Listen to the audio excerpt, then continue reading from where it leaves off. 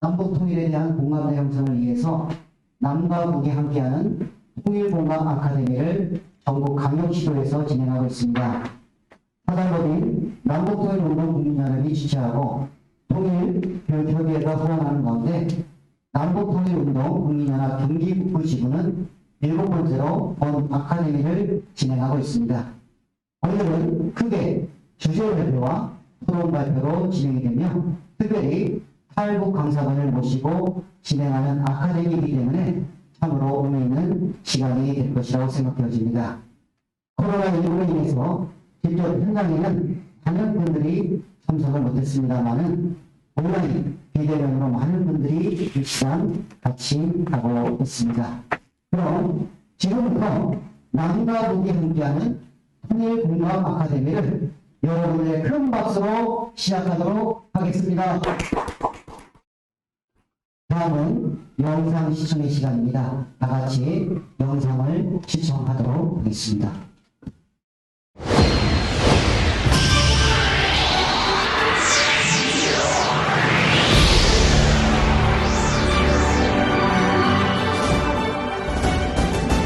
지구상 마지막 분단국 한국. 남과 북이 차갑게 대치하고 있는 DMZ. 그곳에서 평화와 통일을 향한 꿈의 레이스가 펼쳐졌습니다. 가로막힌 철망을 허물고 막힘없이 달리는 그날을 염원했습니다. 마침내 온 세계가 나선 새로운 평화의 여정. 세계인들의 꿈처럼 이제 평화의 봄이 한반도에서 시작돼 전 세계로 퍼져나가고 있습니다.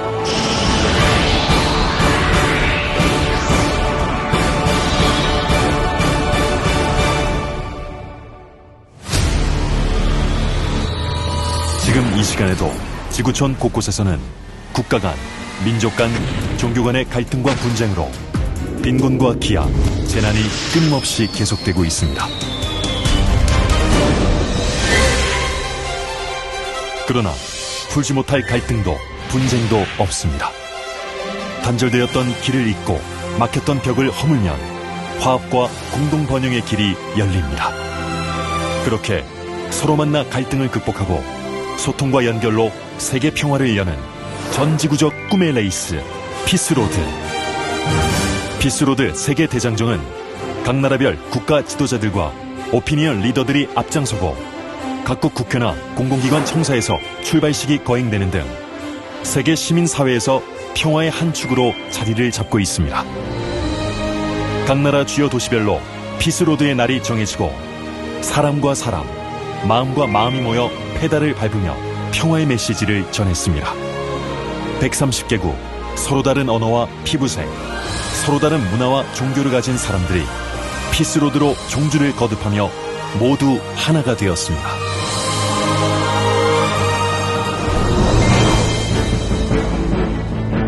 피스로드는 1981년 제10차 국제과학통일회의에서 문선명 한학자 총재 제안으로 시작된 국제평화고속도로 건설 프로젝트에서 출발했습니다. 평화고속도로의 비전은 각국을 길로 연결해 하나님 아래 인류를 한 가족으로 묶어 평화로운 지구 공동체를 건설하는 것. 그 숭고한 뜻을 이어받은 평화와 희망 만들기 피스로드 운동이 시작된 것입니다. 2013년에 시작돼 세계가 함께 호흡하며 함께 달려온 9년. 수많은 세계 시민이 참가하는 평화 행진은 해를 거듭하면서 그 규모가 날로 커지고 있습니다. 전 세계 시민들의 가슴을 달구며 전지구적 평화 축제로 승화돼 새 희망의 홀씨를 퍼뜨려가고 있습니다. 71년 전 한국전쟁 때 세계 16개국 청년들이 자유와 평화를 위해 싸웠습니다.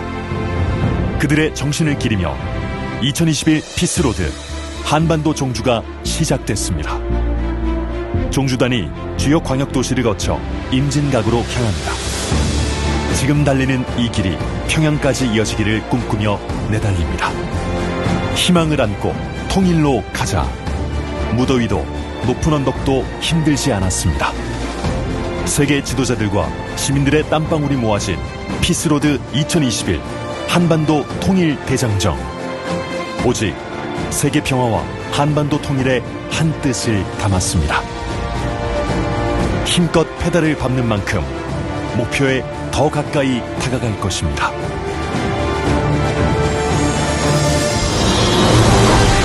온 인류가 평화로운 한 가족이 되는 원대한 꿈. 그 꿈이 실현되는 날까지 더 많은 세계인들이 피스로드의 주인공이 되어 희망 대장정에 함께할 것입니다.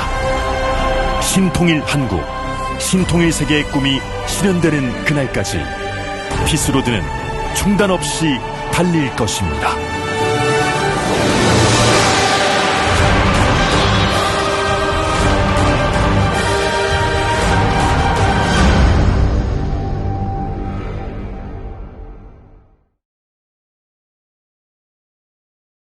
네, 감사합니다.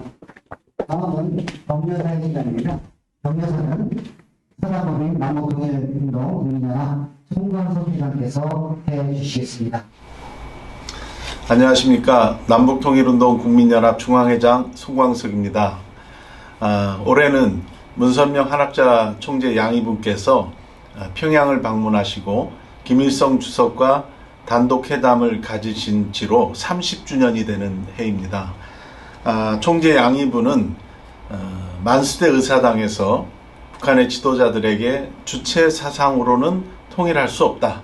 아주 이런 강한 메시지를 주시고 또 김일성 주석을 만나서도 핵무기를 만들지 말라는 말씀과 함께 국제적인 핵사찰을 받으라고 권고하셨습니다.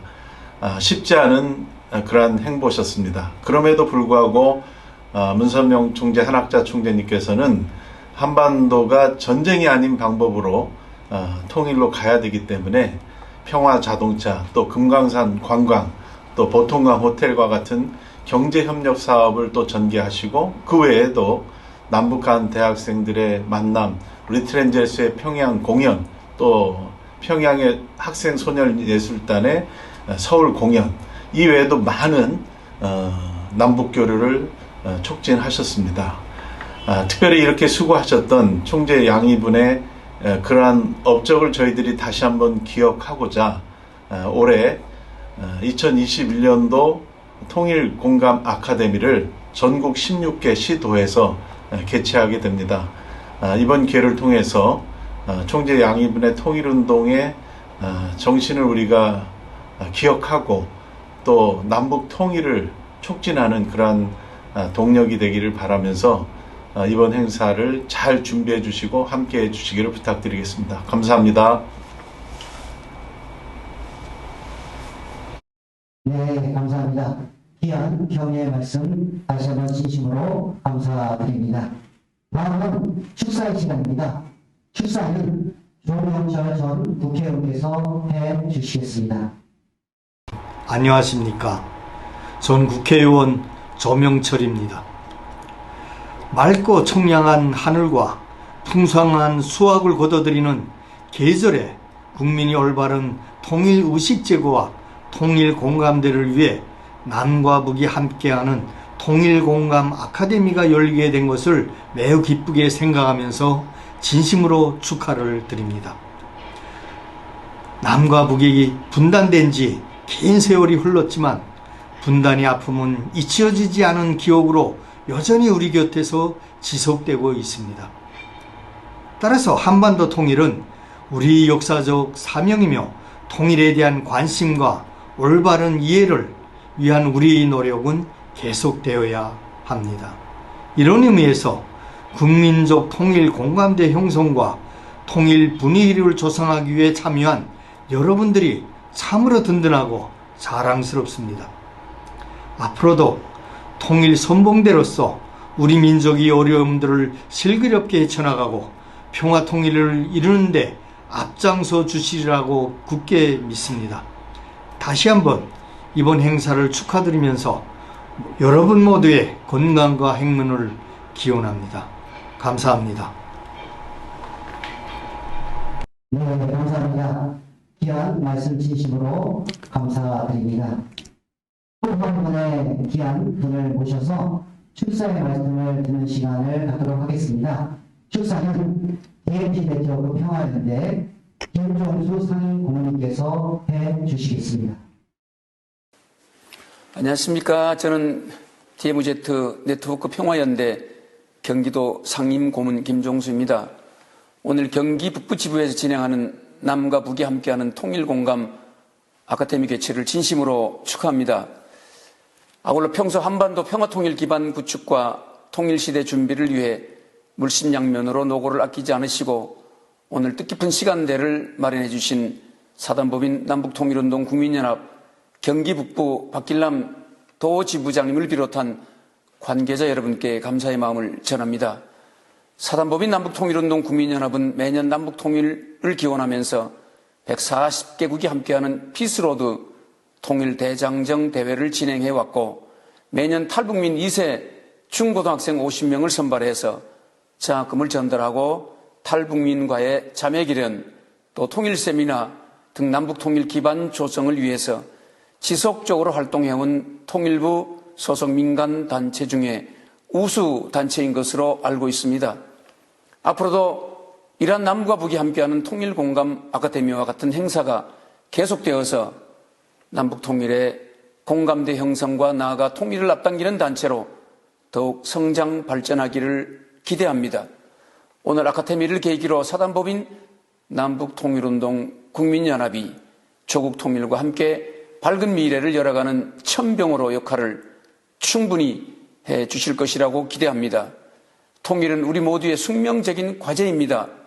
우리 모두가 통일의 기수가 되어서 남북 통일을 준비해 나간다면 남북의 문제도 쉽게 열릴 것이라고 믿습니다. 시청자 여러분의 가정에 건강과 행복이 가득하시기를 기원합니다. 감사합니다. 네, 감사합니다. 우리 귀한 말씀 주신 김영수 상임고문께 다시 한번 큰 박수 부탁드리겠습니다. 다음은 주제 발표 시간입니다. 주제 발표는 DMZ 네트워크 평화연대 박길남 대표님께서 해주시겠습니다. 나오시되 큰 박수로 맞아주시면 감사하겠습니다. 안녕하십니까. 방금 소개받은 DMZ 네트워크 평화연대 경기도지부 박길남 지부장입니다. 봉사가 바쁘신데도 불구하시고 사단법인 남북통일운동 국민연합이 주최하는 남과 북이 함께하는 통일공감 아카데미 참석해 주신 지도자 여러분께 진심으로 감사를 드립니다. 특별히 축사를 해주신 DMZ 네트워크 경기 강원 늘 책임 맡고 계신 황복 회장님과 김종수 상임고문께 진심으로 감사를 드립니다. 저는 지난 40년 시간을 통해서 남북통일에 각별한 관심과 사명을 가지고 통일안보 강의를 해왔습니다. 북한을 이해하고 알기 위해서 저는 수차례 평양과 금강산 그리고 북한 지역 여러 곳을 직접 눈으로 보고 체험하는 시간을 가지기도 했습니다. 탈북자들과 대화를 통해서 그들의 아픔을 들었고 북한을 이해하다 보니 북한도 우리의 형제요 같은 피를 이어받은 동족이라는 것을 가슴으로 알게 되었습니다. 북한 인민들이 통일의 노래를 부르며 눈물을 흘리는 모습도 목도했습니다. 그들이 생각하는 통일과 남한의 국민들이 생각하는 통일은 조금 다를지 모르지만 통일을 갈망하는 한결같은 마음은 같다 하는 생각을 하게 되었습니다. 가끔 이런 생각을 하게 됩니다.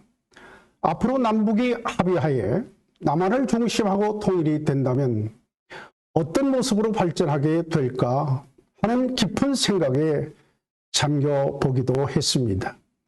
군사력은 세계 4위가 되고 경제는 세계 5위 안에 들어가는 선진국이 된다는 보고서를 보면서 이것은 환상과 상상의 국가가 아닌 축복된 통일 대한민국이 된다는 것을 생각하면 감동이 솟아오릅니다.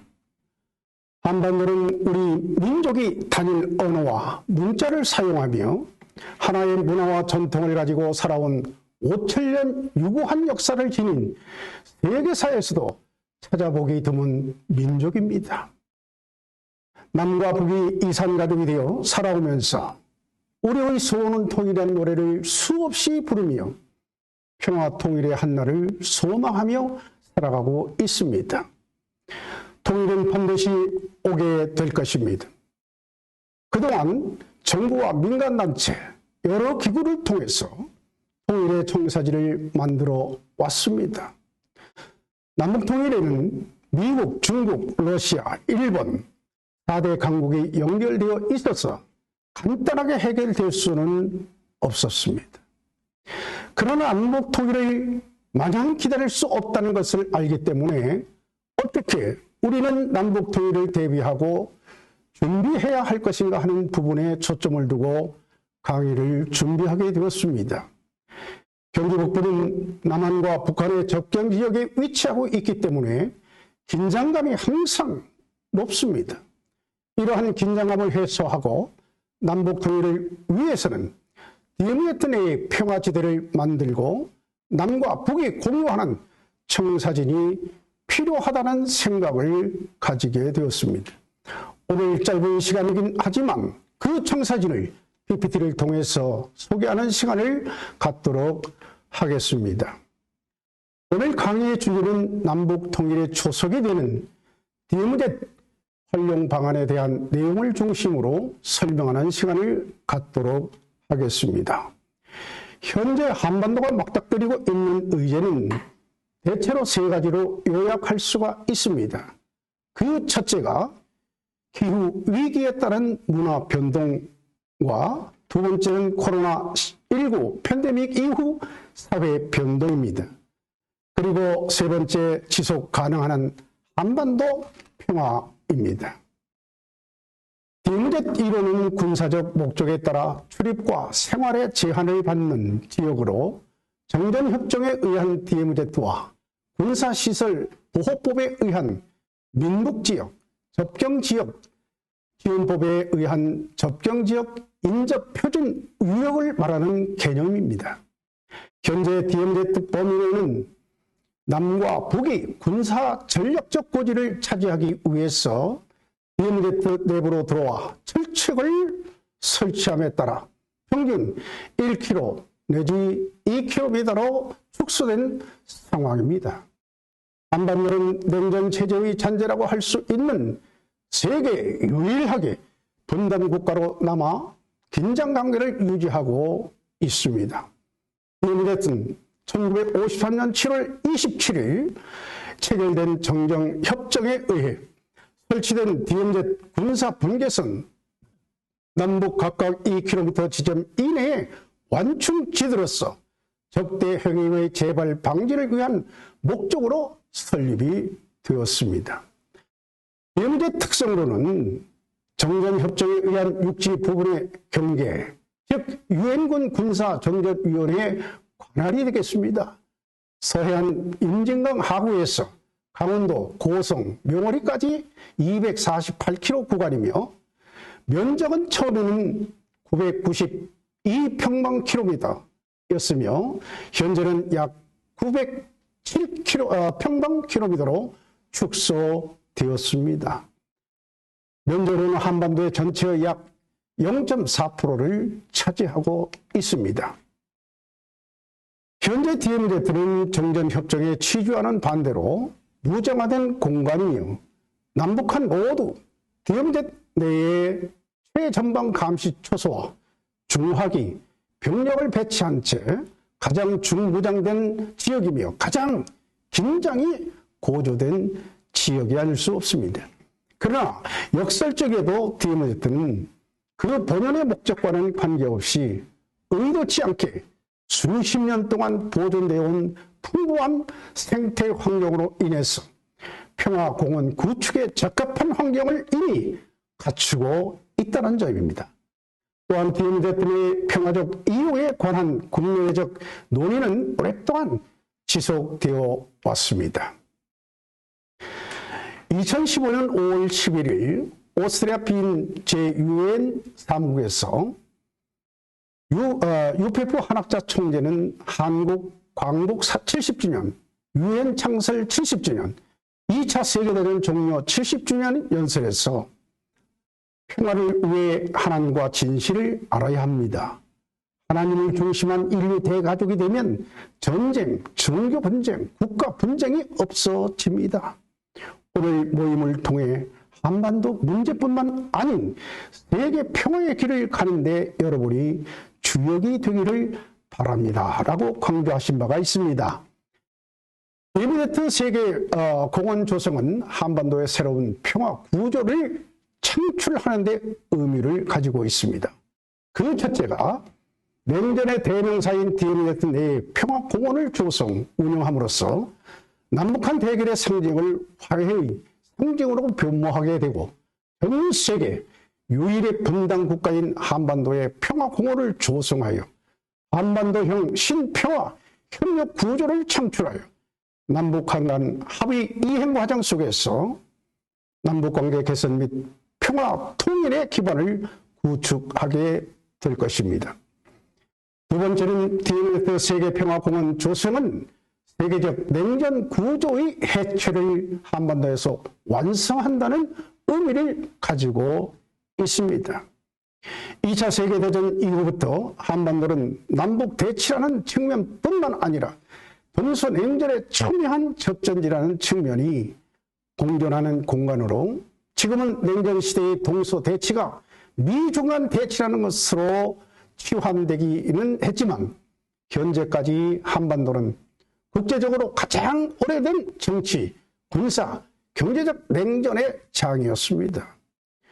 디엠제트의 평화공원이 조성되고 운영되어 남북간 해빙이 동북아 해빙으로 파급된다면 세계적 탈냉전 구조의 해체를 한반도에서 완성하게 될 것입니다. 따라서 디엠제트 세계평화공원 조성 과정 및 조성 이후 발생하게 될 것으로 예상되는 각종의 정치, 경제, 군사, 사회민주적, 문화적 기대 효과가 크다는 점에서 의미를 둘 수 있겠습니다. 특히 사업 추진이 가시화되고 본격화되면 분야별 사전 조치를 위한 합의와 협상에서 정치적 신뢰와 군사적 긴장이 완화되는 효과가 발생될 것입니다. 더불어 디엠제트 세계평화공원 조성 사업은 평화, 생태, 환경, 관광, 교육을 총합한 융합형 복합 공간이 될 것입니다. 디엠제트 세계평화공원 전략을 보면 디엠제트 세계평화공원 조성은 그동안 남북한이 추진해온 교류 협력의 방식은 주로 양자적 차원, 남북관계에서 이러한 방식은 경제협력이 정치 영역으로부터 많은 영향을 받기 때문에 북한의 핵실험, 즉 장거리 미사일, 시험발사, NLL에서의 대남 군사 도발 및 무력 충돌, 디엠제트 통행 차단 등의 정치 군사적 외풍으로부터 자유롭지 못하게 될 것입니다. 이러한 이유로 국가 간 협력이 갖는 기본적 상식인 신뢰의 문제가 대두되며 이로 인해서 사업의 지속성, 안정성을 담보하기가 어려워진다는 점입니다. 따라서 남북한 교류 협력 사업의 지속성 및 안정성을 제고를 위해 국제기구 및 제3국의 참여가 필요하다는 주장이 설득력을 가지게 됩니다. 이러한 점에서 디엠제트 세계평화공원 조성 시에 3자 및 타자 협력 방식을 도입하고 활용한다면 기존 남북한 양자 간 협력이 가졌던 한계와 문제점을 극복할 수 있는 유용한 아이템이 될 것입니다. 다음은 디엠제트 평화공원 전략입니다. 첫째, 디엠제트의 환경 생태적 가치를 국내외 널리 알리기 위한 제도적 기반 마련과 유네스코 생물권 보전지역 지정과 유네스코 세계유산 등재 신청을 진행하여 문화와 교육이 꽃피우는 장소로 만들기 위해서 생태 교육 및 생태 관광 프로그램을 운영하며 DMZ 환경의 예술 관련 사업 등을 추진하게 됩니다. 두 번째는 DMZ 일원의 관광 거점 육성 등 문화예술 콘텐츠를 조성과 자연을 만끽할 수 있는 도보길, 둘레길 또는 자전거길, 거점센터, 구축 등 편의시설을 만들어서 적경지역 관광 활성화가 될 것입니다. 세 번째는 남북관계 국면 전환에 적극 대비해서 추모시설 건립을 추진하고 더 나아가 공동 편의 시설을 운영하고 교류협력 새로운 영역을 개척하게 될 것입니다. 네 번째는 한반도 평화 관광시대에 대비하여 DMZ 1호년에 관광지와 연계한 거점시설 육성과 평화 생태공원을 만드는 데 주력하고 지뢰 제거, 국제협력 사업을 추진해 전문 기술을 도입하고 전문가 양성으로 DMZ 평화지대를 만들어 갈 것입니다. 다섯 번째, 종합문화예술축제를 개최하고 정전 관련 기념사업을 추진함으로써 DMZ의 가치와 평화의 중요성을 국내에 널리 홍보하게 될 것입니다. 생명의 선으로 탈바꿈한 독일의 DMZ 사례를 보면 사실 가장 큰 오해가 DMZ는 우리나라에만 있다고 생각하지만 DMZ의 흔적은 세계 곳곳에 존재하고 있습니다. 가장 잘 알려진 독일의 크레스반트가 있습니다. 크레스반트는 우리나라의 비무장지대와 마찬가지로 동독과 서독을 나누었던 국경지대였습니다. 크레스반트는 우리나라와 몇 가지 공통점을 찾아볼 수 있습니다. 첫 번째, 앞서 말씀드린 것과 같이 동독과 서독을 나누었던 국경지대였던 것입니다. 길이 1390km에 최대 폭 2km로 우리나라보다 경계의 길이가 더 길고 폭이 더 좁습니다. 철의 장막이라고 불렸던 이곳은 지뢰와 철조망 등으로 가득한 죽음의 선이기도 했습니다. 두 번째는 오랫동안 인적이 끊겨 수십 년간 인간의 손길을 닿지 않았던 덕에 다양한 동식물이 존재한다는 점입니다. 크레스반트는 5,300여 종의 식물이 공존하고 100여 종 동물이 서식지가 되었습니다. 죽음의 선이었던 독일의 DMZ 크레스반트는 생명의 선으로 탈바꿈하였고 평화의 상징이자 생태 보호가 되었다는 점입니다. 우리나라의 DMZ도 세계에서 가장 규모가 큰 원시 온대렴이 조성이 되었다고 합니다. 국립생태원이 2014년부터 2017년까지 현장 조사한 결과 DMZ 내엔 야생동물이 약 6천여 종이 서식하고 있고 그중 멸종 위기의 생물종이 100여 종에 이른다고 합니다. 전쟁의 아픔이 서려 있는 냉전의 공간이지만 사람의 손길이 닿지 않아 한반도 중심부는 동서 생태축으로 자연스레 변화하였습니다. 2차 세계대전에서 패한 독일은 연합국에 의해 동독과 서독으로 분단된 상황이었습니다. 원래 동독과 서독은 국경 지역에 대한 감시가 심하지 않았고 별다른 경계선을 표시 않았는데도 동독을 떠나 서독으로 넘어가는 사람이 증가하면서 동독은 베를린 장벽을 설치하고 국경 지역에는 일명 철의 장막을 설치했습니다.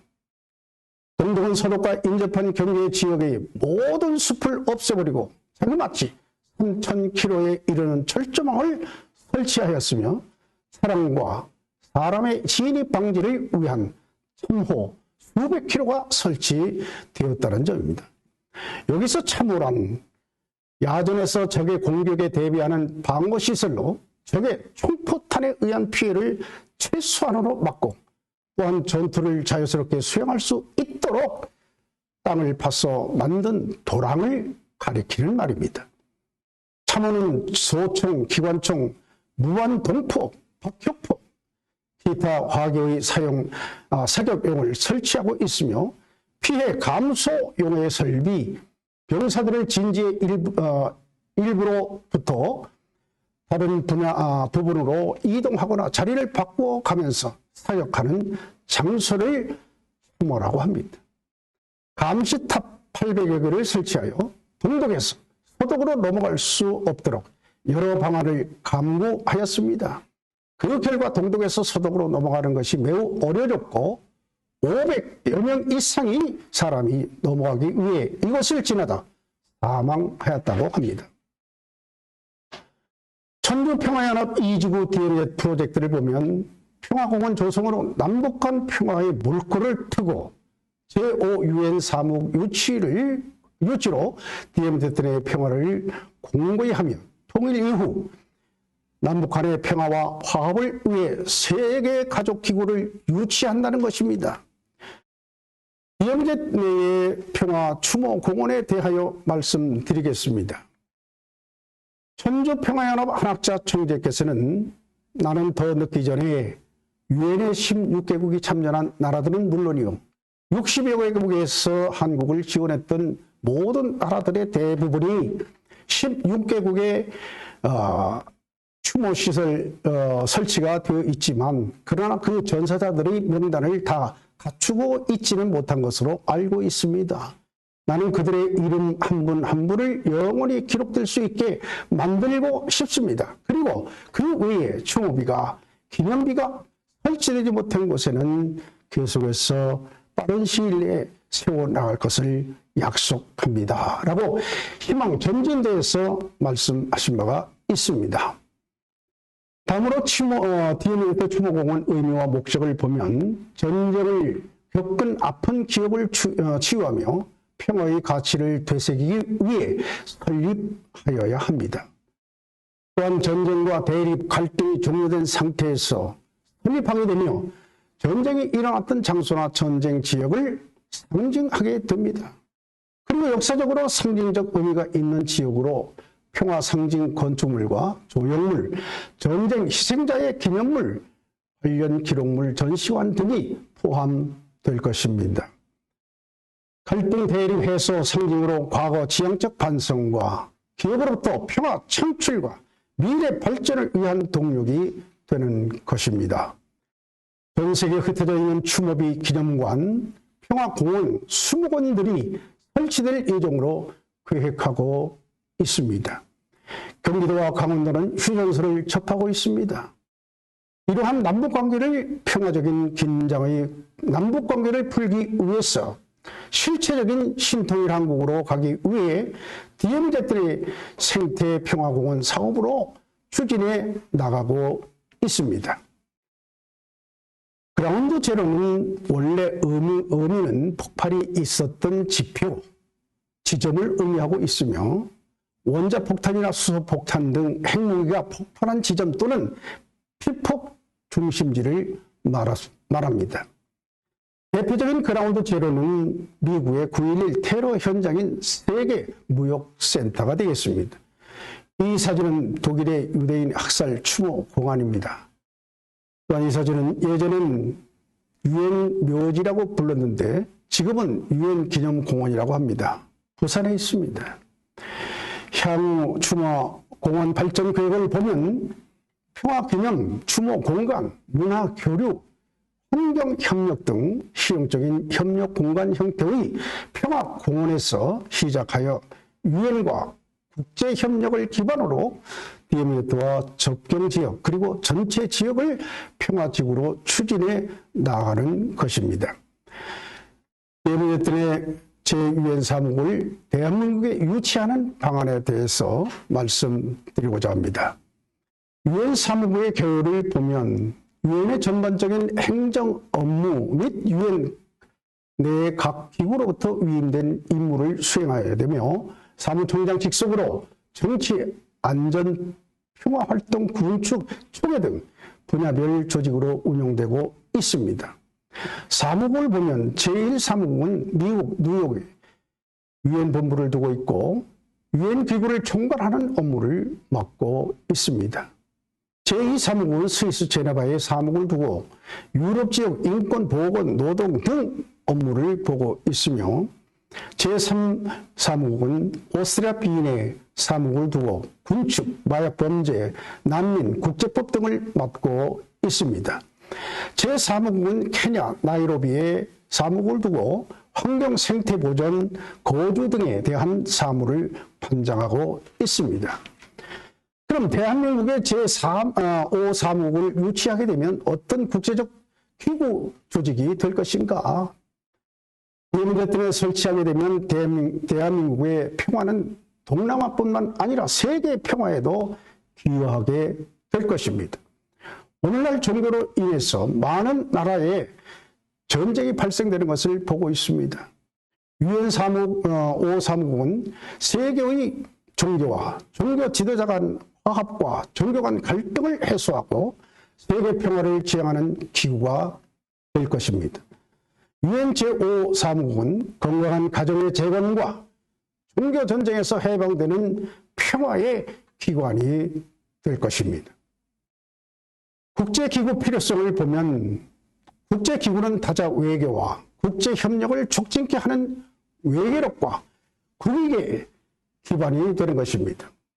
그리고 국가적 위상과 국제적 영향력을 전개하고 유엔 제5사무국과 같은 국제기구의 소재는 그 자체로도 국력의 상징이 되는 것입니다. 탈냉전 시대를 벗어나 개발, 난민, 빈곤, 종교, 가정, 인구 등 새로운 국제적 문제를 해결하게 되겠습니다. 한국이 국제사회에서 국력을 배양할 수 있는 좋은 기회가 될 것입니다.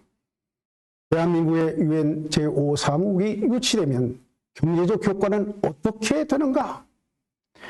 경제적 효과를 수치화한다는 것은 대단히 어려운 것입니다. 그러나 연구기관에서 발표한 자료를 근거로 말씀을 드리면 유엔 제5사무국이 대한민국에 유치될 경우 사무국에 근무하는 일자리 약 2만여 명이 상주하게 되고 그에 따른 예상 수익 약 2조 원이 된다는 것입니다. 국제사회 산업 등 관련 사업 수익 약 2조 원, 일자리 약 24만 명, 연관 외주업체 일자리 약 40만 명, 외국 관광객 약 2천만 명, 생산 유발 효과 약 70조 원을 가져오게 되며 국가 이미지 상승을 가져오게 될 것입니다. 유엔 제5사무국 대한민국 유치 필요성을 보면 아시아는 인구가 43억이며 나머지 35억을 합한 것이 세계 인구가 되겠습니다. 아시아 인구가 가장 많지만 유엔 사무국이 없습니다. 유엔 회원국이 193개국 가운데 54개국이 아시아 회원국으로 아시아에 유엔 5사무국이 필요한 것입니다. 분단 국가가 한국의 유엔 사무국을 유치하면 동북아는 물론 세계 평화에 이바지하게 될 것입니다. 국제기구 유치로 한국의 위상이 제고될 것이며 경제적 효과를 창출하게 될 것입니다. 보시는 화면은 철원 DMZ 사진입니다. 철원 통일전망대에서 본 DMZ입니다. 이 사진은 백마고지입니다. 양쪽으로 태극기가 휘날리고 그 끝에 백마고지 전적비가 보입니다. 백마고지 사진입니다. 앞으로 넓게 펼쳐 보이는 것이 철원 평야입니다. 네, 여기도 철원 평야이죠. 노동당사협회에서의 사진입니다. 건물 중간중간 전쟁 중에 총탄 맞은 흔적이 아직도 선명합니다. 전쟁의 흔적을 온몸으로 담고 있는 건물입니다. 의뢰 의무를 이루기 위해 결의하고 있습니다. 많은 사람들이 이 건물 앞에 서면 6.25 전쟁의 참상을 떠올리게 될 것입니다. 6.25 전쟁은 수많은 군인과 민간인들이 죽게 되었고 부상당하였으며 모든 재산을 잃게 되는 비극이었던 것입니다. 결론입니다. 정부가 바뀌면 남북통일에 대한 정책도 일관성 없이 계속 변하는 것을 보았습니다. 남한과는 달리 북한은 최고 지도자 한 사람의 통일 정책으로 앞으로도 변하지 않고 계속 이어질 것입니다. 민간단체의 통일 방안에는 한계가 있습니다. 남북통일국민연합은 그동안 통일의 청사진을 제시하며 통일의 최일선에서 노력하여 왔습니다. DMZ의 세계평화공원 추모공원 제5 유엔 사무국이 유치를 한다는 것은 결코 쉬운 것은 아닐 것입니다. 모든 프로젝트를 현실화하려면 더 세밀한 청사진과 계획이 수립되어야 하고 정부와 국회가 입안하며 국민의 동의를 거쳐야 합니다. 더 중요한 것은 북한 정부의 승인을 받아야 할 것입니다. 그리고 DMZ는 유엔 관할 지역으로 유엔의 승인을 받아야 가능한 것입니다. 시행하는 과정에서도 천문학적인 비용이 들어갈 것입니다. 앞으로 이러한 계획을 계속 전문기관을 통해서 업그레이드하여 세부 청사진을 만들어져야 할 것입니다. 독일의 통일이 보여준 것 같이 예견치 않는 가운데 찾아올 수도 있을 것입니다. 그러나 통일은 독일을 위해 많은 준비를 해왔습니다. 통일은 세계 평화로 연결되는 것입니다. 남북 통일은 세계인들이 축복하는 역사적인 사건이 될 것이라고 저는 확신하는 바입니다. 대한민국은 지정학적으로 대단히 중요한 위치에 있습니다. 중국과 러시아의 국경을 접하고 있으며 앞으로 앞에는 일본이 자리하고 있는 세계의 중심이 있습니다. 이러한 이유로 우리 민족은 많은 외침을 받아왔지만 잘 극복하며 나라를 지켜왔던 것입니다. 남북 통일을 위하여는 정부와 민간단체에서 끊임없는 노력과 준비를 계속해 나가야 할 것입니다. 통일은 우리의 숙명과 동시에 우리 민족의 과제이기도 합니다. 오늘 발표한 내용들이 민간단체의 힘으로 모든 가능한 내용은 아닙니다. 그러나 통일을 지향하는 민간단체와 정부가 하나가 되어서 통일의 청사진을 만들어 간다면 남북 통일은 가깝게 될 것입니다. 남과 북이 서로 대화의 장으로 나와 성숙한 자세로 통일 비전을 만들고 미국, 중국, 러시아, 일본 4대 강국과 연대하여 남북 통일을 준비한다면 시장 경제를 중심한 평화적인 남북 통일로 멀리하는 시간에 이루어질 것이라고 저는 확신하는 것입니다. 끝까지 시청해 주셔서 진심으로 감사를 드립니다. 네, 감사합니다. 여기 귀한 말씀 주신 우리 박대남 대표님께 다시 한번 큰 박수 부탁드리겠습니다. 다음은 토론 발표의 시간입니다. 발표는 2004년 탈북을 해서 현재 대한민국에서 통일안보강사로서 활동 중인 손진영 강사님께서 나오셔서 해주시겠습니다. 나오실 때 큰 박수로 환영해 주시면 감사하겠습니다. 네, 제가 오늘 준비한 내용은요, 북한의 한류 현상과 사회 변화입니다.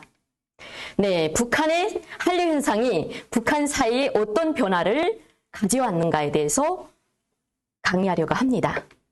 네, 목차는 남북한의 문화적 분단, 북한 내 한류 배경 및 시청 형태, 남한 영상물 확산에 따른 북한 당국의 대응, 네, 남한 영상물 시청과 그 시청을 한 북한 주민 의식 변화, 네, 북한 내 한류와 체제 변화 전망에 대해서 하려고 합니다. 네, 여러분 이 사진 매우 낯익으시죠?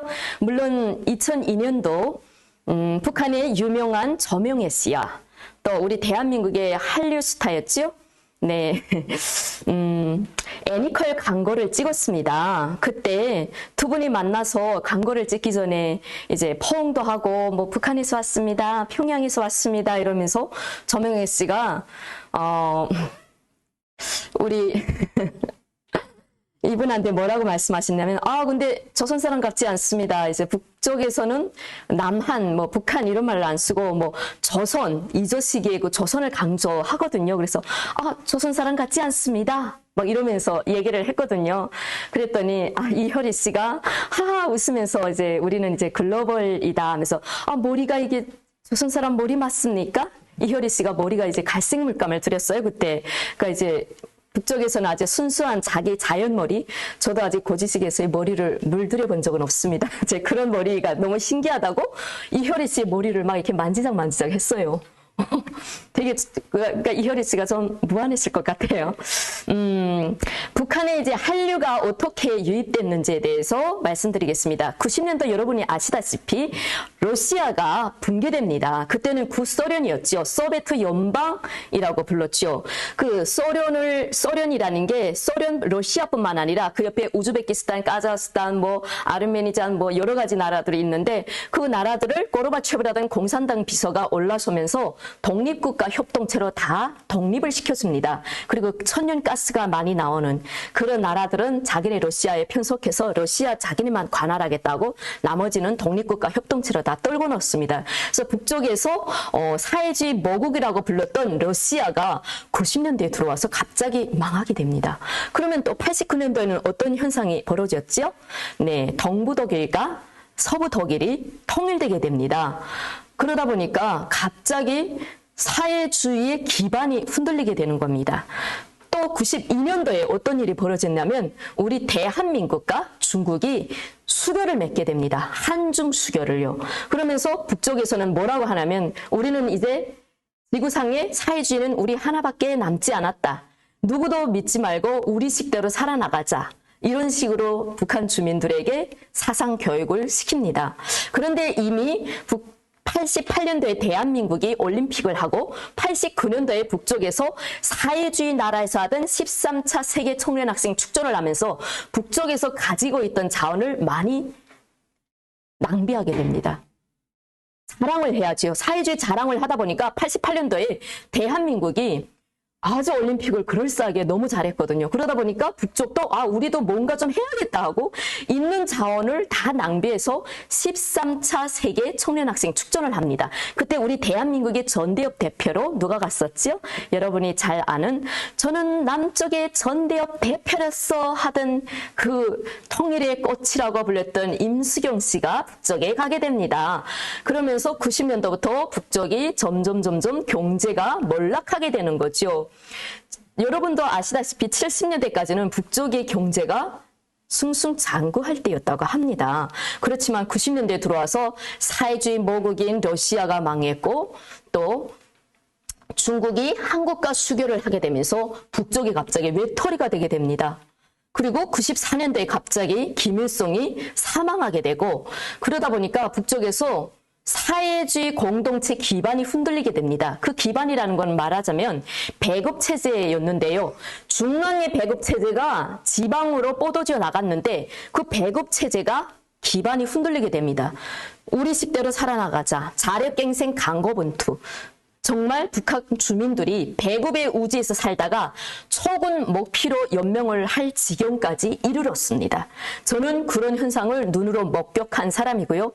저희가 시내에 출장을 나가면 길 옆에 권한의 행군식이었죠. 뭐 청제비, 꽃제비, 무슨 제비 해가지고 정말 여기로 말하면 불황자, 노숙자지요. 그런 노숙자들이 굶어 죽기 직전까지 가신 분들을 한두 명이 아니고 여러 명을 봤어요. 근데 그 한두 명에게 구걸한다고 해서 다 줄 수는 있지만 정말 여기 수십 명이 쫙 길에 있는데 여기에 나가면 꽃제비 무리가 있고 또 막 와서 꽃제비 무리를 휙 내쫓으면 좀 이따 확 한 무리 들어오고 단속대도 어떻게 할 수가 없는 겁니다. 그렇게 북한이 경제적으로 갑자기 추락하게 됩니다. 그게 바로 90년대라고 볼 수 있죠.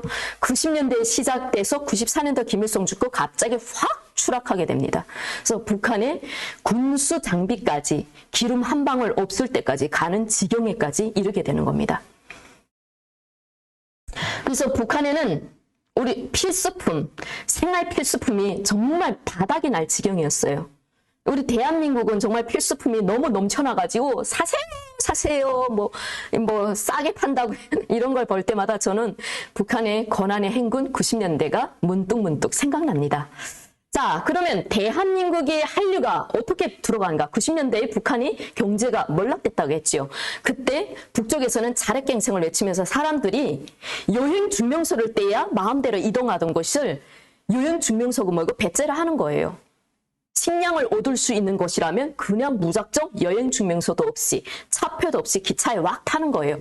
그것뿐만 아니라 북쪽에 러시아와 중국을 낀 두만강 압록강, 이천리, 두만강, 천리가 있습니다. 그 두만강, 압록강을 사람들이 살기 위해서 이판사판으로 넘어가는 겁니다.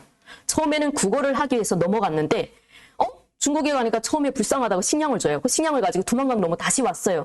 또 가고 싶어요. 또 갔다가 또 넘어오고 아주 두만강을 자유롭게 넘나드는 겁니다. 그러니까 두만강, 압록강이 상류는 물이 이제 좁으면서 거리가 좁고요. 하류로 내려오면서 두만강이 이렇게 넓거든요. 그러니까 압록강도 마찬가지입니다. 여기 압록강하고 두만강이라는 게 백두산에서부터 이어지는 거죠. 백두산에서 북한에서 만든 그 양강도가 왜 양강도인가 하면요. 양쪽으로 갈라진다고 해서 양강도입니다. 하나는 그러니까 백두산에서 시작된 물이 동해로 흐르는 것은 두만강이라고 하고 그쪽이 서해로 흘러 들어간 것은 압록강으로 해서 북한의 그 9개 도를 만들면서 그 양강도를 만들었는데 백두산에 있는 그 양강도가 양갈래로 갈라진다고 해서 양강도입니다. 그 상류는 좁고 그리고 탈북하기도 아주 쉬워요. 이렇게 도랑창 하나 넘어갈 수 있는 거리도 있어요. 빨래하다가 넘어갈 수 있는 거리. 그러다 보니까 사람들이 두만강 넘어서 중국에 가기 시작합니다. 자, 92년도에 중국과 한국이 수교를 했다고 했지요. 그러면서 중국에 대한민국이 두라마가 쫙 들어갑니다. 중국 길림성 연변 조선족 자치주 쪽으로. 그러다 보니까 중국에 있는 그 조선족들이 한국 두라마를 보면서 야야 감탄사를 연속 뿜어내는 거죠. 그것을 몰래 북쪽에서 탈북했던 사람들이 그걸 가져다가 북한 장마당에 널어놓는 겁니다. 그러면 또 재간이 좋은 사람들은 그걸 다시 복사를 해서 그걸 이렇게 팔다 보니까 다행히도 대한민국 드라마는 그 서울말이 물론 간질간질하지만 우리가 알아들을 수 있는 말이었어요. 물론 그 속에 외래어들이 종종 끼어 있어 이 소리는 무슨 말이지? 무슨 뜻이지? 이런 뜻도 있었지만 대부분 90%는 우리가 능히 알아들을 수 있는 언어들이었습니다. 그래서 저도 대한민국의 드라마를 정말 많이 봤어요. 그래서 여기서 이제 보여주는 것은 두만강, 압록강을 낀 먼저 국경 연선의 사람들이 중국에 들어가서 이 드라마를 가져왔는데 또 국경 연선을 낀 그쪽의 TV를 북쪽에서는 고정 채널이라고 해서 조선중앙TV만 나오고 나머지 TV는 다 이제 납땜을 해서 채널을 완전히 고정시켜 놓습니다. 그렇지만 그 고정을 시키지 않는 거예요. TV를 등록하지 않는 거예요. 우리가 자동차 사면 구청에 신고하는 것처럼 북한에서는 TV나 라디오를 사면 신고를 해야 됩니다. 보안소에. 그래서 채널을 고정시켜야 되는데 사람들이 원래 고정 안 시키는 거예요. 고정 안 시키고 중국 채널이나 남쪽 라디오를 그대로 듣는 거예요. 저희가 주로 많이 들었던 것은 한민족 방송이라든지 그리고 중국 채널을 통해서 남쪽 드라마를 봤습니다. 그 남쪽 드라마를 보면서 정말 입이 쫙 벌어졌죠. 그래서 저희가 처음에 드라마를 볼 때는 솔직히 말씀드리면 말귀를 알아들을 수가 없었어요. 서울말이 얼마나 간질간질하고 또 우리가 안 쓰는 정말 낯익지 않은 그런 단어들도 나오는 거예요. 예를 들면 프로포즈라든지 뭐 부동산이라든지 뭐 이런 말 들을 때면 부동산이란 말은 경제대학 나온 사람들은 능히 알아들을 수 있는데 일반 사람들은 잘 몰라요. 그게 뭔 말인지. 그래서 프로포즈가 뭔 말이지? 뭔 말이야? 프로포즈는 뭐 프로포즈. 그 말을 나중에 막 말을 조합해가지고 추리해서 알아내는 거예요. 프로포즈라는 게 이런 말이로구나. 고백이로구나. 그래서 처음에 이제 여성들은 남쪽 드라마를 보면서 머리 형태가 왜 저렇지? 북쪽은 다 뻐구리 파마에다 이런 파마인데 저 머리는 좀 이상한 머리인데 근데 멋있다. 저 옷차림도 멋있다. 저 여자 눈썹은 왜 저렇게 올라갔지? 눈초리를 올렸구나. 뭐 이렇게. 그러니까 여성들은 그 시각적인 것에 먼저 이제 눈길이 가는 거죠. 그래서 다른 물건들보다 대한민국 드라마가 아랫동네 비디오라는 말로 이제 시장에서 유통이 됐는데 아랫동네 영화 있어요? 시장에 가면. 그러다 보니까 사람들이 아랫동네 영화 한두 편쯤은 봐야 내가 유행에 속하는 사람으로 되는 거예요. 아랫동네 드라마 아랫동네 영화 한 편도 못 봤니? 너 천놈이로구나. 이렇게 평가되는 거예요. 그래서 드라마를 보다가 보안성에 이제 잡혔는데 그 사람이 이제 이거 인터뷰한 내용입니다.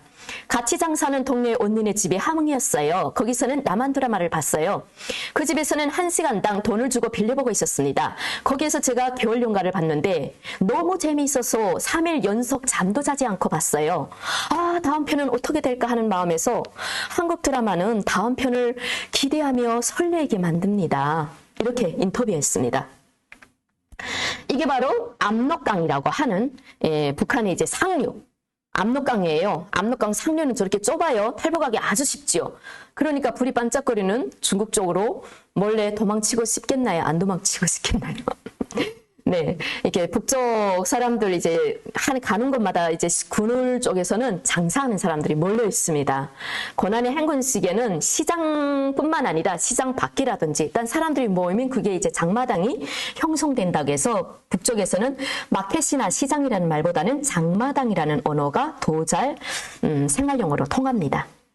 그래서 이제 대한민국 드라마가 처음에는 국경 연선에서부터 평양, 남포까지 이렇게 갔는데 강원도 고성 같은 데는 대한민국 채널이 직접 잡히는 거예요. 채널만 주파수를 잘 조절하면. 그래서 북쪽에서 수시로 TV 검열을 합니다. 이 집에 텔레비 있지요? 하고 밤중에 막 11시, 12시 이럴 때 막 보안원들이 막 둘이 쳐요. 둘이 쳐서 TV 채널을 막 돌려보다가 남쪽 TV가 딱 나오면 TV 개구 주인 따라 나오시오. 이렇게 합니다. 그러면 어떻게 봐야 될까요? 이게 바로 중국에서 들여오는 너투텔이라는 건데요. 너트북은 아니고 여기다가 DVD나 CD를 넣고 요걸 이제 입을 탁 뒤집어 쓰고 불빛도 잘 새나가지 않아요? 그리고 여기다가 이제 대한민국 드라마 복사한 거 이렇게 봅니다. 녹음 볼륨도 아주 최대로 작게 해놓고 싹 들어요. 이제 열심히 보다가 집에 다다다다닥 문 두드리면 요거는 싹 너트북처럼 감춰서 어디다 감추기 쉬운 것이에요. 그래서 요걸 중국인들한테 부탁해서 중국인들이 중국에서는 한 30원에 산다고 하는데 북쪽에 나면 중국 돈 100원에 팔렸어요. 그러니까 중국인들이 장사를 얼마나 잘했겠습니까? 그래서 대한민국 뉴스에서도 한번 나왔어요. 너투텔이 대한민국 드라마를 확산시키는데 영향을 준다고 해서 아마 우리 종교단체들이 중국에 가서 이 너투텔을 만들어서 북쪽으로 일부러 들여보낸 데도 있다고 합니다. 하지만 이거는 옛날 거고요. 지금은 USB로 해서 USB에 영화나 대한민국 노래가 다 들어가 있어서 그걸 이제 엮고 다니고 여성들이 숨길 수 있는 가슴 부분에 이제 숨기고 다니다가 그걸 핸드폰에 꽂아서 이제 듣기도 하고 보기도 한다고 하는데 아무래도 북쪽 보입에 걸리면 안 되겠죠. 그래서 지금은 북쪽에서 대한민국 드라마는 한 사람이 2-3편은 보통 봤다. 10명 중에 7명이 대한민국 드라마를 가지고 서로 논쟁하고 거기서 나온 남자는 이러더라 여자인데 이런 식으로 고백하더라. 이런 것하고 거기서 나오는 겨울연가에서 나온 그 여자 목도리가 너무 예뻤어. 야 남자가 목도리를 이렇게 하니까 좀 더 로맨틱해 보이더라. 처음에는 로맨틱이 뭔 말인지도 몰랐는데 드라마를 계속 보다 보니까 그런 말들도 막 익숙해지는 거예요. 그래서 남자 여자가 막 데이트를 하는 거예요. 오빠 우리 밥 먹고 어디 가야? 어디 가? 어디가? 서울말을 지금 따라하는 거예요. 원래 북쪽에서 말은 어디 갑니까? 이렇게 말을 해야 되는데 오빠 우리 밥 먹고 어디 가? 그러니까 우리 이제 밥 먹고 찻집까지 와서 우리 찻집 갔다 어디 가? 근데 뒤에서 보안원이 따라하다가 야 이것들이 남조선 말을 하니? 너희 아무래도 안 되겠다. 깜방 가야지! 이렇게 말했다는 일화도 있습니다. 그러면 북쪽이 전기가 잘 안 들어오는데 전기는 어떻게 해서 대한민국 드라마를 볼까요? 전기 사정이 어려운데, 네, 북쪽은 중국에 이제 들어가는 노동력이 많죠. 그분들이 나오실 때 배터리를 정말 많이 사겠고 나와요. 그러니까 태양광 같은 거는 평양에 몇 집밖에 없고 그냥 배터리가 최고입니다. 그러니까 전기 1-2시간 줄 때 그 배터리를 충전했다가 TV도 이렇게 작은 TV가 북쪽에서는 되게 유행이고 선호도가 높습니다. 큰 TV는 전기를 많이 잡아먹기 때문에 12척, 10척, 9척 이런 TV에다가 이제 볼 수 있는 작은 TV가 엄청 북쪽에서는 선호도가 높습니다. 요즘엔 노트북이 많이 들어갑니다. 그러면 전기를 구하는 방법은 이제 변전소나 자동차 배터리, 탱크 배터리 같은 거는 군수품이기 때문에 저거는 좀 구하기 힘들어요. 군부대에 있는 분들이나 구하지. 일반 사람들은 다 자동차 배터리. 저희도 이제 자동차 배터리를 볼 수 있고 요즘에 이제 중국에 일하러 들어가는 분들에게 돈을 주니까 태양용 발전기를 좀 사가지고 오라. 이런 부탁을 많이 하고요. 이게 바로 신의주와 단동을 잇는 철교입니다. 여기 철교가 코로나 때문에 물자가 작년도부터 정말 이게 교류가 얼마 안 됐는데 지금 좀 교류가 됐다고 합니다. 이제 쌍안강으로 북쪽을 딱 봤을 때 저 신의주 모습이고요. 그러면 북쪽에서 우리 대한민국을 남조선은 공식적인 용어잖아요. 그럼 뭐라고 부를까요? 남한 이렇게 안 부르거든요. 바로 아랫동네라고 부릅니다. 북쪽은 위에 있길래 우리는 윗동네, 남쪽은 아래에 있기 때문에 아랫동네. 그래서 아랫동네 영화나 한 편 보자. 야, 친구들, 우리 오늘 아랫동네 영화 한 편 때릴까? 이런 말도 또 유행이 되고 있습니다. 그래서 아랫동네 영화를 볼 때는 온 집안이 정치범 교화소로, 정치범 수용소로 갈 수도 있는 위험이 따르기 때문에 엄마들은 밖에 나와서 망을 봐요. 혹시 보안원이 우리 집에 와서 몰래 담장 밑에서 우리 집을 감시하는지. 엄마는 심장을 졸리면서 나도 보고 싶지만 자식들을 위해서, 남편을 위해서 양보하는 겁니다. 저희 어머니도 가끔씩 이제 보다가 밖에 나가서 전지 들고 막 바깥을 한 번씩 막 돌아다녀요. 왜냐하면 보안원 안전원들이 멀리 들어와서 이제 쫙 듣다가 갑자기 들어오거든요. 그러니까 누가 이제 자기가 제발이 저리는 거죠. 그래서 이게 모성애죠. 근데 보고 싶은 욕구는 총칼로도 그 사람이 보고 싶은 욕구를 저지할 수가 없는 거죠. 빨리빨리 넘어가겠습니다. 중국에 들어오는 북한 분들은 중국 가게에서 태양력 발전기나 배터리 사기에서 눈이 새빨개서 이거 얼마예요? 빨리빨리 싸게 해서 북쪽에 겪고 나가면 그거를 몇십 배로 비싸게 팔 수 있기 때문에 또 선호도가 되게 높거든요.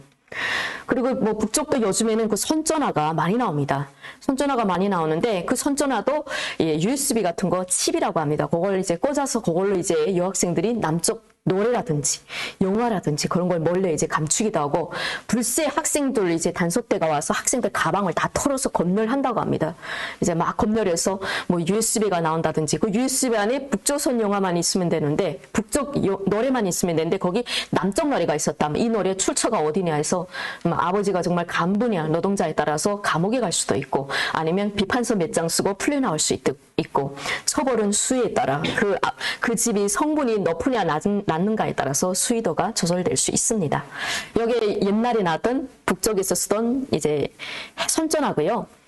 최근에는 이런 손전화 R이랑 유경이라고 해서 우리로 말하면 스마트폰, 화상 채팅이 다 될 수 있는 것도 나옵니다. 그러면 대한민국 노래라든지 드라마를 어떤 걸 보고 들을까? 여기 지금 나온 거는 드라마, 영화, 뭐 예능. 저는 옛날에 순풍 산부인과라는 그 코미디를 정말 재미있게 북쪽에서 봤거든요. 그래서 거기서 송혜교가 막 얘기하는 거랑, 거기서 이제 그 산부인과 그 의사 선생님이 되게 웃기는 내용들인데, 그걸 정말, 그리고 목욕탕집 남자들? 그것도 북쪽에서 제가 정말 많이 봤어요. 그리고 우리가 모르고 불렀던 노래들도 여기 와서 보니까 다 대한민국 노래더라고요. 북쪽에서는 출처 없는 노래는 절대로 부를 수가 없거든요. 근데 대한민국에 와서 제가 땅의 샘이 넘쳐 흐르리라, 땅의 예쁜 꽃들 노래하리라, 민중이 지향하는 그 시대가 오면은 이 땅은 낙원되리라, 이렇게 불렀어요. 그랬더니 제가 어떤 단체에 가서 불렀는데 그 종교단체에 계시던 어떤 분이 저한테 오더니 이 노래가 우리 교회 노래라는 거였어요. 아니 이거 우리 북조선 칠보산 경음악단 노래인데요? 저는 또 이렇게 명랑하게 대답해서, 아니 이게 우리 남쪽 노래, 아니 우리 칠보산 경음악단 노래예요. 근데 그걸 알고 봤더니 대한민국의 그 정교적인 노래더라고요. 근데 북쪽에서는 저는 출처 없이 이게 경음악단 노래인 줄 알고 제가 기타 치면서 흥얼거리면서 불렀거든요. 깜짝 놀랐습니다. 대한민국 노래를 또 북쪽 칠보산 악단에서 가사를 개사해가지고 그 바람 노래 같은 거는 주체의 바람 이렇게 이제 김정일을 찬양하는 곡으로 개사를 해놨거든요. 그래서 우리가 여기 와서 실수하는 경우도 종종 있어요. 그래서 뭐 여기서 제가 아는 노래는 정말 바람 뭐 꽃보다 아름다운 너, 진달래 꽃, 바위섬, 기도, 이거 당신은 모르실 거야. 그리고 이제 아파트, 이거는 북쪽에 있을 때 제가 이제 연애가 된 남자친구가 저한테 기타 치면서 정말 많이 불렀던 노래라 제가 2절까지 다 알거든요. 아파트 같은 게. 해변의 여인, 낭낭 18세, 저 거리 걸음 말아지고서 누구를 기다리나 낭낭 18세. 저는 이게 북쪽 노래인 줄 알아서. 아니 근데 이 계몽가요인가 봐요. 북쪽에서도 계몽가요라고 해서 이 노래 많이 나오더라고요. 이런 노래들을 많이 보고, 그리고 특히 여성분들은 남쪽 남자들이 머리 스타일이라든지 옷차림, 그리고 그 여자가 가지고 있는 백, 차를 타고 가면서 화장을 어떻게 하는가, 그런 데 관심이 있어요. 그 내용이 중요하지 않아요. 거기서 나오는 사물현상, 그게 어떻게 흘러가는가, 그거 때문에 눈을 못 떠서 내일은 어떻게 될까? 그게 되게 그리워지거든요. 그럼 북한 당국은 뛰는 놈 위에 나는 놈이라고 어떻게 대응할 것인가? 자, 사례 보면 해안도시 거주자가 CD 녹화물을 팔다 단속된 데 내용을 보니 한국과 다른 나라에서 들어온 부르주아 문의 작품으로 밝혀졌다. 출처를 확인해 보니 해안동에 사는 사람이 자기 집 옷방에 복사 설비를 갖춰놓고 30여 대 CD판에 복사하여 다른 사람에게 판매한 사건이었다. 되게 이게 큰 사건이에요. 북쪽에서는 아마 정치범 수용소에 이거 보내버려도 시원치 않을 거라고 생각합니다. 그래서 최명달이라는 사람이 해안가 유원지에서 미상의 여인으로부터 남자성과 미국 영화가 들어있는 CD 3개를 사서 집에 가지야 몰래 본 뒤 다시 내다 팔고 다른 불순 녹화물을 사다 보곤 하다가 적발된 사건이다. 정말 억울한 게 남쪽 영화를 보다가 걸리면 교화 1년이지만 그러니까 미국 영화를 보다가 걸리면 단련돼 한 달이지만 대한민국 영화를 보다가 걸리면 교도소에 간다. 이게 너무 억울하지 않나요? 아니 미국 영화는 괜찮고 남쪽 거는 안 된다는 겁니다. 그러니까 북쪽 남쪽 이게 경제적 차이가 심하고 김정일 김일성에 대한 충성도가 떨어질 수 있기 때문에 미국은 우리랑 코가 다르고 뭐 생김새가 다르니까 뭐 그럴 수 있다 이렇게 보는데 같은 한국말을 하고 우리 정말 새도 왔다 갔다 가는 우리 같은 한반도 영화나 노래를 들으면 이게 제목이 된다는 게 전 너무 억울한 것 같습니다. 그래서 형법 194조 옛날에 5년이었잖아요. 요즘 전화를 해보니까 10년으로 넘어갔습니다. 남쪽 거 보다가 걸리면 정말 무서운 거예요. 택수세가고 비사그룹바 파견하고 위당 단속. 위당 단속이라는 게, 야, 우리 아랫동네 드라마 하나 보자. 이렇게 위당으로 이제 테스트하는 겁니다. 그 진짜 이 사람이, 그럼 같이 보자. 이랬다가, 야, 이렇게 해서 걸리는 겁니다. 그러니까 위장 단속에 걸리지 않게 북쪽에서는 정말 주변의 친구들도 조심해야 되는 거예요. 정말로 조심해야 됩니다. 그래도 이거는 막을 수가 없는 거죠. 그래서 북쪽에서는 대한민국 드라마에서 회식하자 막 이러잖아요. 회식을 북쪽에서는 뭐라고 부를까요? 바로 먹자너름입니다. 우리가 이제 북쪽에서는 먹자놀이 하자 이래요. 그러면 직장 동료들끼리 오늘 먹자놀이 하자 하면 한 사람이 쌀 500, 콩 500g, 돈 100원 이렇게 모여가지고 집이 큰 집에 가서 오디오를 틀어놓고 거기서 맛있는 거 먹고 이렇게 기타 치고 노래 부르고 오락해하고 밤 12시까지 놀고 헤어지는 게 바로 먹자놀이입니다. 여름 같은 때는 물고기를 잡아서 이제 오죽도 써먹는데 그건 이제 강가에 가서 노는 철렵이라고도 하고 철렵 문화, 먹자놀이 문화가 아직 북쪽은 좀 많이 유래되고 있는데 가족끼리 가본 적은 없어요. 다 직장 동료라든지 친구들끼리 가서 놀았던 것 같아요. 그래서 북쪽에서 부르란 노래는 어떤 노래일까요? 국가에서 지정한 생활가요 준마처녀인데요. 이게 안 나올 것 같아서 제가 생소리로 한번 해보겠습니다. 우리 공장 동루들 웃으며 말을 해요.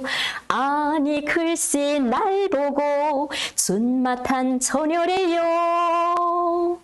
하루일 넘쳐해도 성찬하는 내 솜씨 참말로 본 게 같다나 나나 날라날라날라날라날라날라날라나 날 보고 준마 처녀래요. 뭐 이런 노래. 당에서 지정한 노래만 해라. 너희가 왜 출처 없는 남쪽 노래를 좋아하냐 이거죠.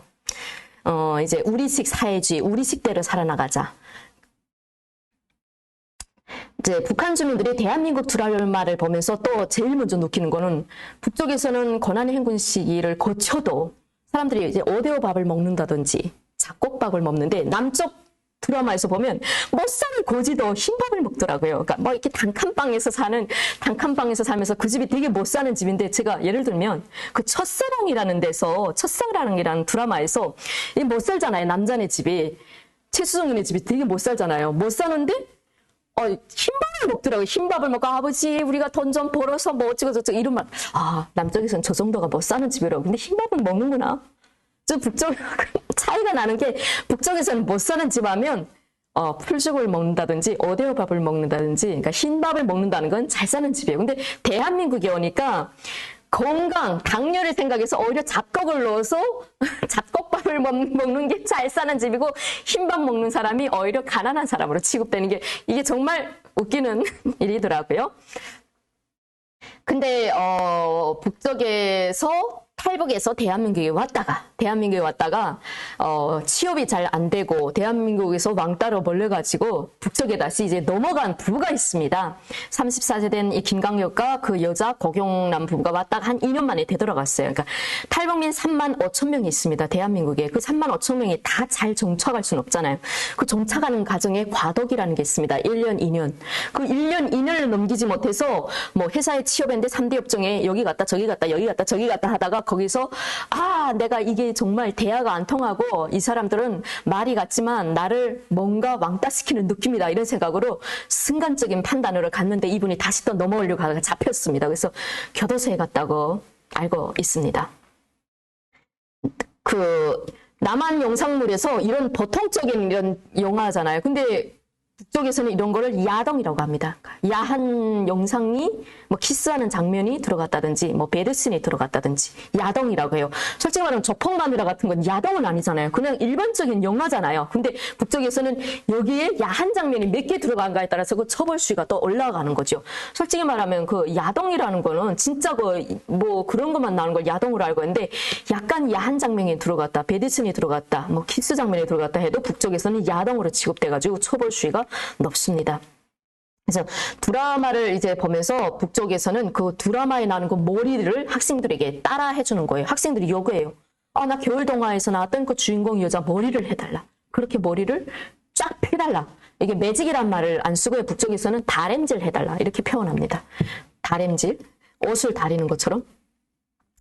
그래서 원래 이제 북쪽 가요랑 남쪽 가요랑 원래 매들리는 북쪽 가요가 좋은 것도 많아요. 사상적 내용 없는 것도 몇 개 있는데 근데 왜 남쪽 가요를 다 사랑하게 되냐? 너무 사실적이고 솔직하고 생활 가요가 많이 포함되고 그 북쪽은 애국해라고 하고 당에 충성해라고 그러고 충성하는 속에서 거기서 노동의 보람 속에서 사랑도 청춘의 사랑도 꽃이 핀다 이런 속으로 나니까 좀 억지가 포함돼 있어서 청년들이 아마 남쪽 영화나 드라마를 더 선호하고 노래도 선호하는 것 같습니다. 이 노래를 보면 좀 지루한 가면 이 한밤도 먼 길 가시는 장군님 생각하며 항상 이게 감정적으로 이런 노래를 불러요. 불타는 소원이라는 모란봉악단에서 최고로 계속 TV에서 연속으로 반복됐던 노래입니다. 근데 뭐 이 노래 누가 좋아하겠습니까? 그래서 대한민국 노래는 사람의 감정을 이제 성숙시킨다고 해야 되나? 사람의 감정을 일단 훈나게 하는 거죠. 그래서 저희가 목자놀이 할 때도 대한민국 노래 한두 개는 불러요. 근데 그쪽에 예를 들면 비서가 있다든지 이런 사람이 있을 때는 부르지 못해요. 근데 그 사람이 술 먹고 빨리 집에 가요. 그럼 비서가 없다 하면 우리끼리 이제 출처 없는 노래 부르는 거예요. 그래서 저희가 많이 불렀던 거는 뭐 건넌 마을에 최진사 댁에 따님이 셋이 있는데 그 중에서도 셋째 따님이 제일로 예쁘다던데 그 아파트라든지 이 세상에 하나밖에 둘도 없는 내 여인아 뭐 이런 노래 부르다가 골목길이라든지 하여튼 그 알고 봤더니 여기 오니까 그게 다 연변 노래인 줄 알았는데 저희는 중국 조선족 노래라든지 칠보산 악단 노래 이렇게 알고 있었는데 알고 봤더니 그게 다 대한민국 가요였어요. 그러니까 북쪽에서 우리가 목자놀이 할 때 즐겨 불렀던 노래들이. 그 노래를 들으면서 드라마가 북한 주민들에게 사상의식 변화를 주는 거예요. 옛날에는 김부자에게 충성했던 그 사상의식을 무너뜨려 주는 거예요. 그래서 그게 탈북 척진 요인이 되고 대한민국을 동경하고 남조선 사람들을 좋아하게 되고 우리가 적국이었던 남쪽 사람들이 친절하구나. 똑같구나. 저 사람들이 우리랑 문화랑 똑같구나. 이러니까 우리가 저런 세상에 가서 살고 싶고 저런 사람들이랑 한번 대화하고 싶고 저런 속에서 한번 살고 싶다. 이게 탈북 촉진 요인으로 이제 작용을 하는 거죠. 그래서 드라마를 보다가 난 저 드라마에 나오는 저 배우가랑 연애하고 싶다. 이런 식으로 10대들이 그렇게 넘어와가지고 와봤더니 연예인 만나기가 하늘의 별 따기라서 웃기는 일도 있고요. 그런 일이 많습니다. 그래서 저희가 첫사랑을 볼 때도 거기서 이제 나왔던 배영준이 동생으로 나오잖아요. 최수정이 형으로 나오잖아요. 제 동생이 나는 남쪽에 가면 저 배영준이 같은 남자랑 데이트하고 싶어 하고 저는 나는 저 최수정처럼 생긴 저 남자랑 좀 한번 연애하고 싶고 결혼하고 싶다. 막 이런 생각을 스스럼 없이 했던 것 같아요. 그때는 20대니까. 그 남조선 북쪽에서 이제 교육하기는 남쪽은 돈 있는 사람만 잘 산다. 돈이 없으면 정말 버스 한 번 타기도 힘들다.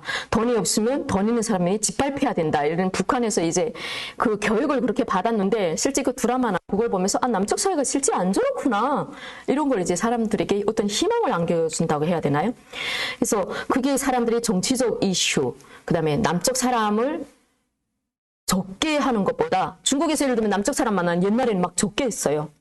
저 사람은 우리의 적국인 나라의 사람이다. 근데 드라마를 보면서 남조선 사람 만나면 뭔가 대화를 하고 싶어 해요.